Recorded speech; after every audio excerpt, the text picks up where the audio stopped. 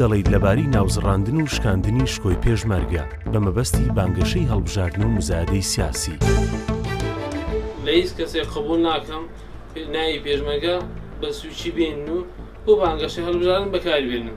کاتان لێ دەکەم ئێمە چەندی شەیدمان داوە، شەیدانی شەڕی داعش و لە جەلەولاوە تا خانەخین و تا شەنگال چەندە گەنجمان شەید بووە لە پێناو خاچی ئەم کوردستانە و لە پێناو ئەم ڕۆڵەی ئەم کوردستانە. کاتان لێ دەکەم بۆ بانگەشەی هەڵبژاردن ناوی پێشمەرگە مێنن.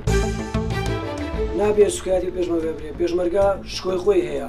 پێشمەرگە سینگی خۆی داوەتە بەرگولە، سینگی خۆی داوەتە بەرگولە بۆ پارێزاییکردن لە مافەکانمان، لە ناموسمان، لە هەموو شتێکمان. ئەو کەسان دڵم کەوا شەرمەزارێ بۆ ئێوە قسەڵک بۆ پێشمەرگە هەڵدەبەستن و پێیان دەڵێن کە ئێوە کەسانی خراپن یاخود شکایەتیان پێ دەکەن. بەڕاستی ئێوە کەسانی خەلەفاون، ناتوانن شکۆی پێشمەرگە بێننە خوارەوە. شکۆی پێشمەرگە نەتەوەیەک دەپارێزێت کە پێی دەڵێن کورد.